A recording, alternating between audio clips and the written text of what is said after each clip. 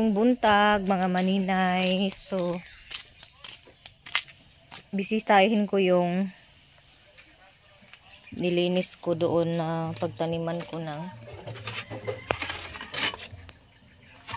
mulberry.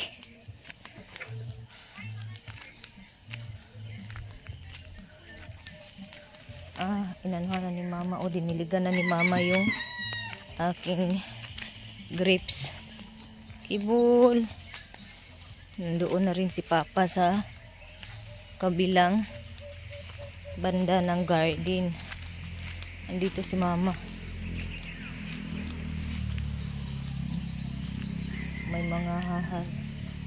May mga okra na. Ma-harvest pala.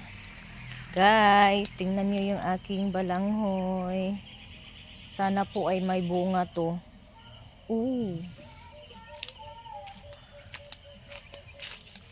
Merong bunga ng talong. Hindi siguro to nila napansin tong talong.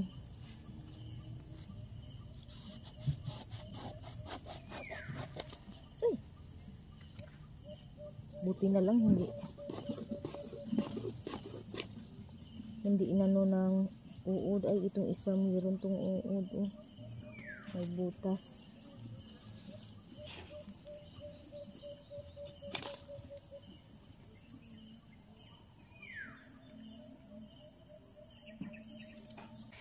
Meron ding atsyal. Namunga din pala yung atsyal ni mama. Tanggalan natin to ng dahon.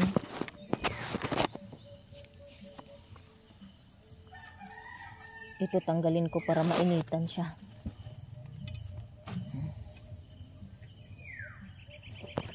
May bunga isa. Ang alam ko marami tong atsyal dito tinanim ni mama. Mayroon ng talong. Ilang piraso lang yung naitanim ko na balanghoy.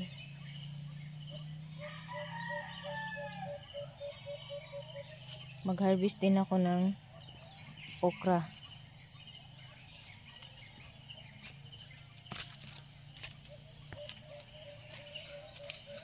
Andito si mama. Dilig ng kanyang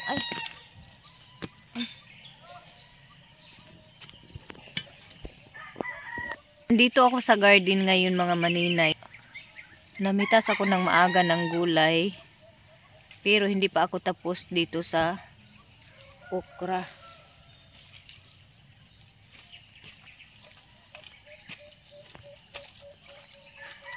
Gunting.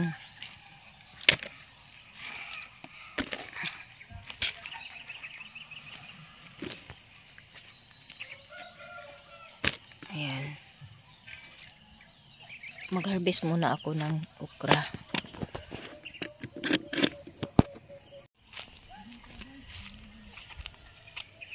Dito naman banda ay yung batong ni mama.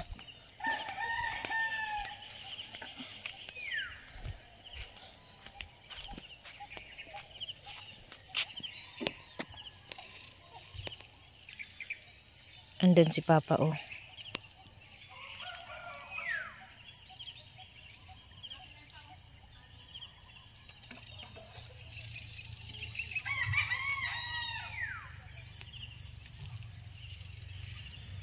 Si mama nagdilig ng sana pichay? Tangkong. Tangkong. Katong akong giingon sa imo?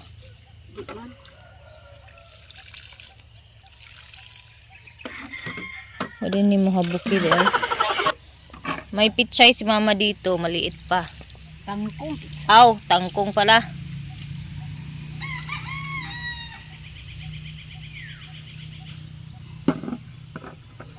Kana na uban kanang nagtubo na batong? Paliya.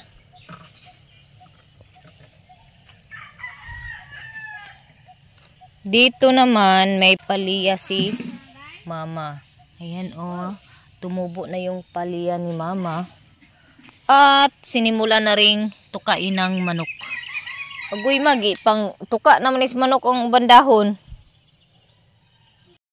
Ito, pag nag-garden ka, kalaban mo manok. Kasi malapit lang sa bahay. Kinakain ng manok yung dahon. Kapag hindi nabantayan, ubos yung gulay mo at walang walang buhay.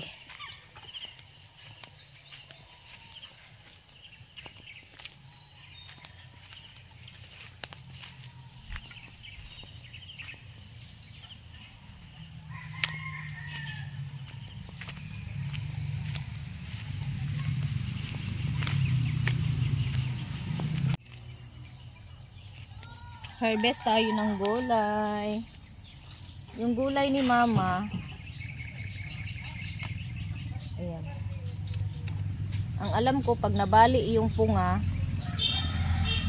bata pa siya.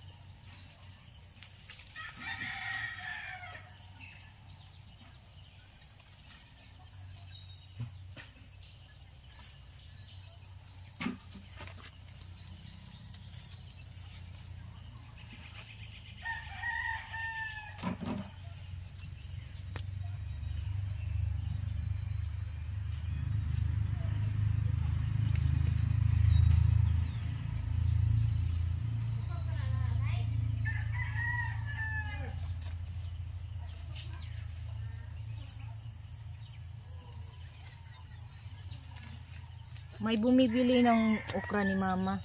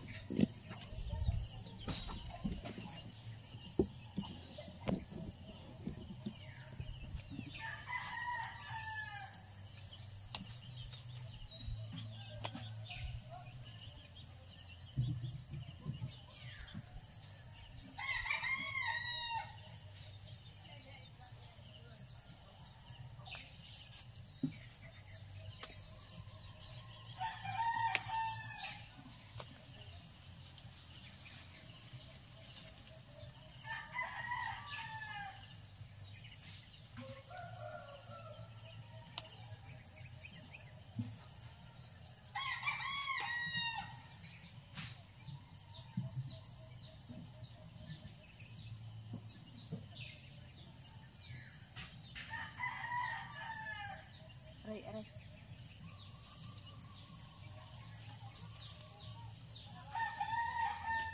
May tinik ka.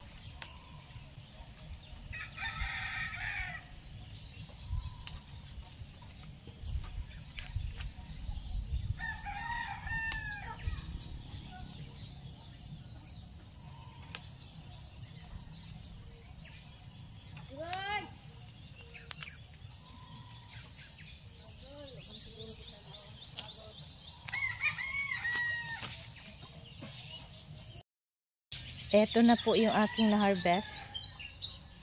Marami yung okra, mga sobra kilo tong okra. Tapos mayroon akong talong, 3 piraso. I-post ko to sa Facebook ngayon yung okra para baka may bibili ng okra. Nung nakaraan si Maya Mia yung bumili.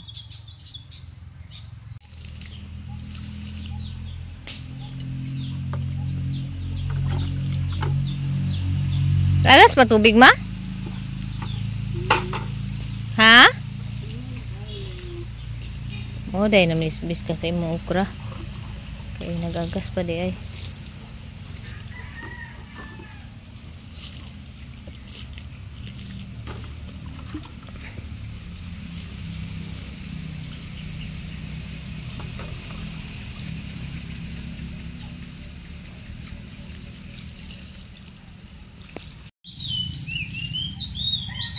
Lang po, bakit lagi silang maghabal? Oh? Wala talagang hindi naghabal sa kanila. Buti pa sila, oh. Unlimited.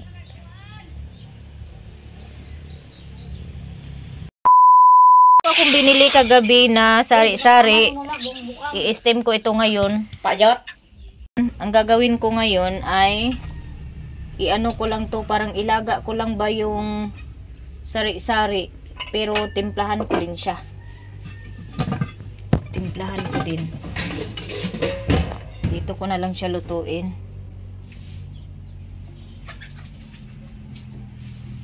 Dito ko siya lutuin. Isalang ko na po yung aking sari-sari. Ito, lalagain ko lang ito, guys. Ayan, sinabawan ko lang siya ng kunti. Tapos timplahan ko siya. Lagyan natin ng asin. Yan.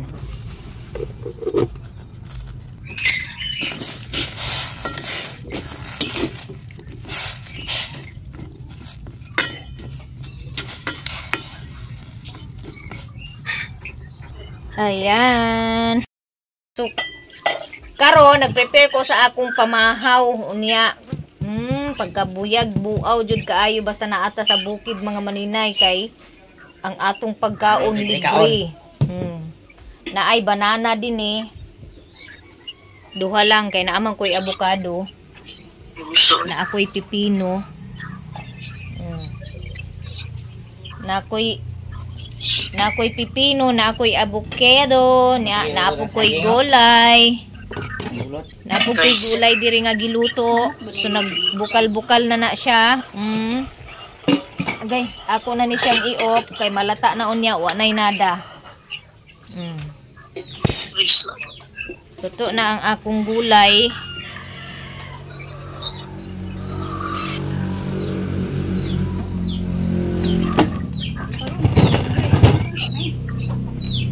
Kuani, kuya, ipa-andar sa to, ay pa-on sa tuya. So, kahapon, di ba nagprutas ako kahapon sa umaga, prutas yung kinain ko at gulay. Tapos sa tanghali, kumain din ako ng hindi karamihan na kanin. Kahapon naobserbahan ko mga maninay na hindi po ako nag-ihi ng ihi. So isang bisis lang ako nag-ihi sa gabi. Tapos pagising ko sa umaga, hindi na ako nag-ihi. Which is kaibahan nung nakaraan kasi bago ako matulog, 4 to 5 bisis akong mag-ihi bago ako makatulog. Tapos gigisingin ako sa madaling araw para mag-ihi. Makamata ko inig ka kadlawon kay pukawon ko sa akong ihi niya. Pagka morning, pag mata na ko ana, mangihi na pudayin ko ana. So kaibahan yung kanina at kagabi. Wala na ko nangihi sa gabi.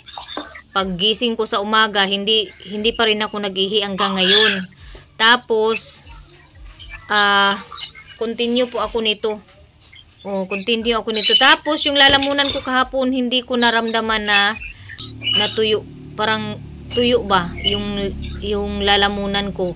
Hindi ko po naramdaman. Medyo ano lang siya, medyo parang may barado. Parang barado yung lalamunan ko. Pero konti lang yung naramdaman ko. Kaya ituloy-tuloy ko na yung nasimulan ko. Andito yung breakfast ko ready na. Meron akong saging dito.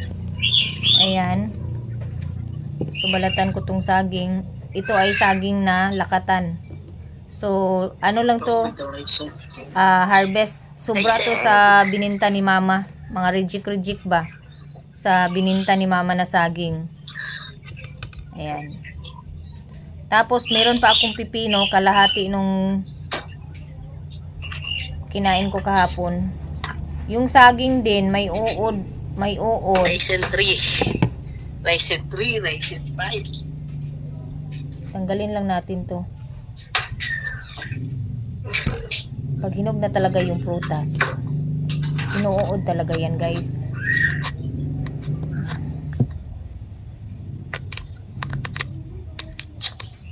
Kaya nasa inyo na kung kakainin nyo yung uod o tanggalin nyo. Diba? Ayan.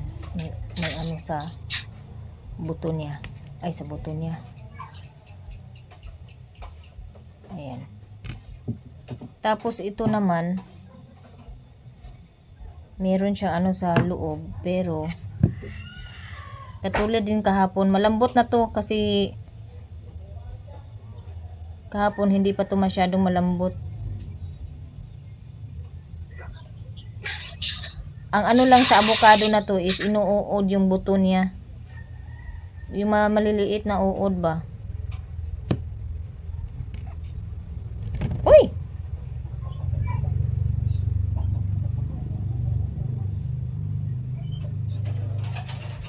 Ayan. Ayan. So, sarap naman ang almusal ko, mga maninay. So, maglagay ako dito ng gulay. Dahil meron po akong gulay, so lagyan natin ng gulay. So, eto na po yung almusal ko, guys. Ayan. So, healthy po yan. Nilagyan ko lang siya ng kunting asin yung gulay para maglasa-lasa naman ng kunti, no? Pero hindi ko na siya nilagyan ng bitsin. Yeah, magkuhan ko. Egg. Protein.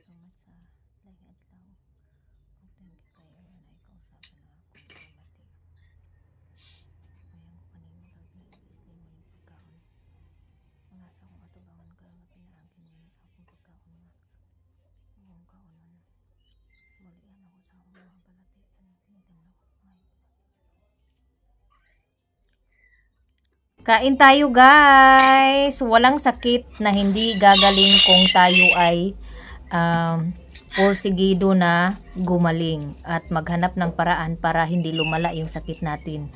Kaya kung ano man yung mga karamdaman nyo, guys, mag-iwas-iwas na kayo sa mga bawal para kayo ay hindi matsugi ng maaga. No? Kasi ang tao hindi natsuchugi o hindi nagkakasakit ng malala kung agad-agad iiwasan mo yung mga bawal. Lalo na pag sinabihan ka na ganito yung sakit mo, ikaw na mismo ang maghanap ng paraan para maiwasan mo yung na lumala yung sakit mo, yung karamdaman mo. So, thank you, Lord, kasi isang araw pa lang akong prutas at gulay, meron ng kaibahan sa mga nararamdaman ko, like yung lalamunan ko, yung pag-iihi ko, meron na talaga siyang kaibahan. Kaya Kaya bakit hindi ko itutuloy kung may kaibahan naman yung mga nararamdaman ko. So, eto ngayon, kaya ito na naman yung pagkain ko ngayon. Kahapon papaya meron. Wala ito kahapon. Itong avocado at pipino tsaka papaya yung ano ko kahapon. So ngayon meron na tayong saging hinog dyan, pipino, avocado at tsaka sari na gulay. So nilaga ko lang yung sari na gulay, nilagyan ko lang ng konting asin para magkalasa. So kain po tayo guys.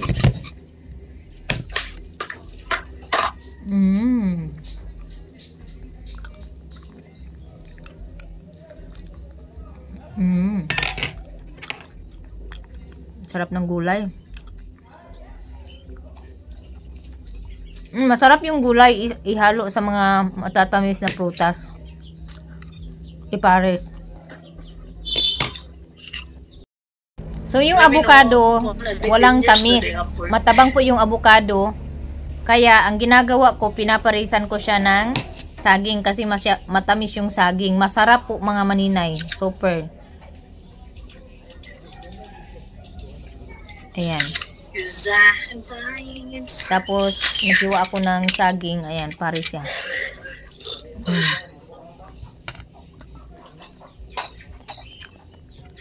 Sobrang sarap.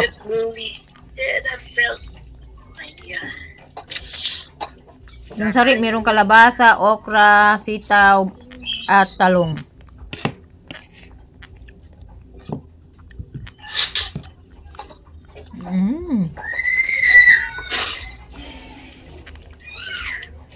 Sarap ng gulay at saka prutas.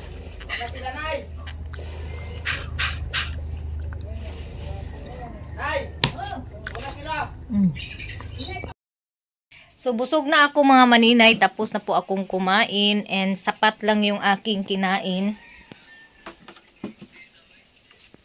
na gulay at prutas. Busog na ako. So next naman ay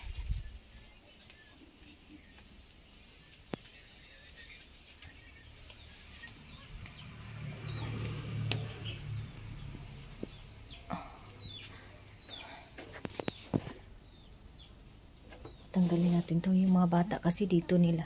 Si G-Lord dyan niya sinasabit yung ano niya. Yung mga hinubad niya na damit. Naku, parang uulan na naman. Masama na naman yung panahon. Nawala si Haring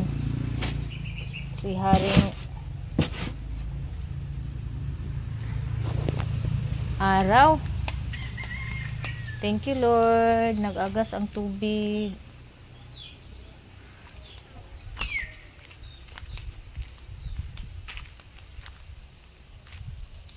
So, ilabas ko muna yung aking mga mulberry. Ilipat ko. Lagay ko sila dito sa naaarawan.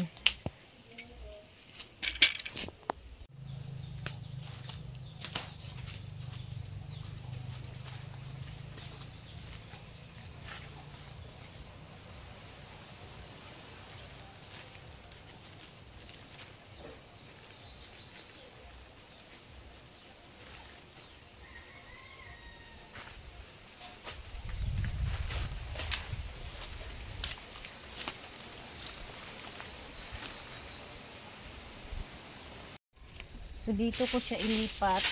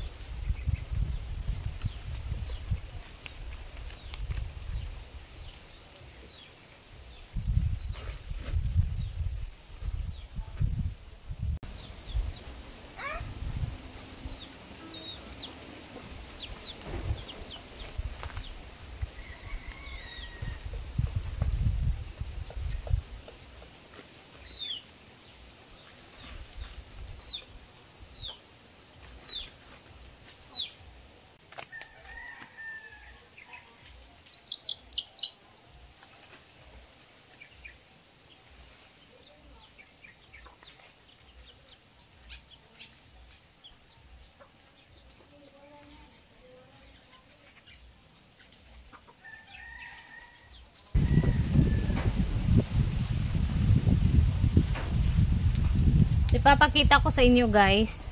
Ito oh. Nahinog na yung bunga niya.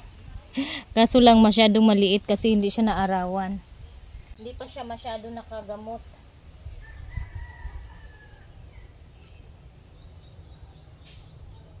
Ito naman marami na siyang bunga.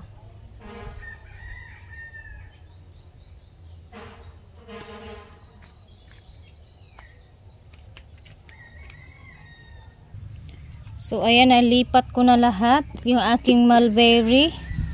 Sana po ay mabuhay tong lahat guys. Ayan oh. So nilipat ko siya dito para maarawan din sila. Sana po ay lumaki yung mga bunga na yan pag naarawan na. Doon kasi sa nilagyan ko hindi sila naaarawan. Kaya nilipat ko sila dito guys. Tingnan nyo, siguro may ugat na to. Ayan oh. Mahaba na yung sanga. So dapat kasi daw to putulin. Pero sa ngayon parang hindi pa siya allow na putulin para kasi hindi pa siya masyadong nakaugat.